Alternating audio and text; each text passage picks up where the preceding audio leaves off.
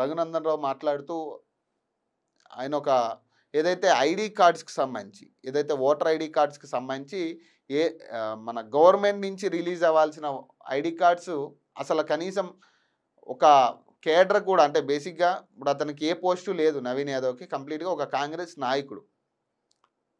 So ticket confirm అవుతుందా లేదా అనేది తర్వాత విషయం. నిజంగా టికెట్ కన్ఫర్మ్ అయినా కూడా ఈ ఓటర్ ఐడీలు వేరే వ్యక్తుల చేతుల మీద ఇవ్వద్దు. మరి అలాంటిది నవీన్ యాదవ్ చేతుల మీదుగా ఓటర్ ఐడీలు పంచిపెట్టడం జరిగింది. దాని మీద ఆల్రెడీ కేసు అయింది, ఎఫ్ఐఆర్ అయింది కూడా.